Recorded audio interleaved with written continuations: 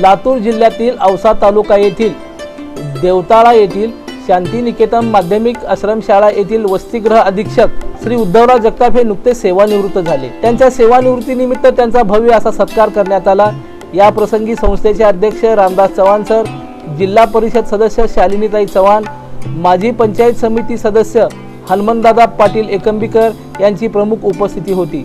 या प्रसंगी Sagar sir, Nimbalkar sir, Chougule sir, Shri Kadam sir तसेच इतर सहशिक्षक वर्गांनी सेवानिवृत्ती गौरव पुरस्कार श्री उद्धव जगताप व त्यांच्या पत्नी सौ अलका उद्धव जगताप यांना देऊन त्यांचा सन्मान केला। यावेळी उद्धव जगताप यांचा संपूर्ण कुटुंबाचाही सत्कार करण्यात आला। उद्धव जगताप यांना वसतिगृहामध्ये अन्नदाता म्हणून ओळख होती।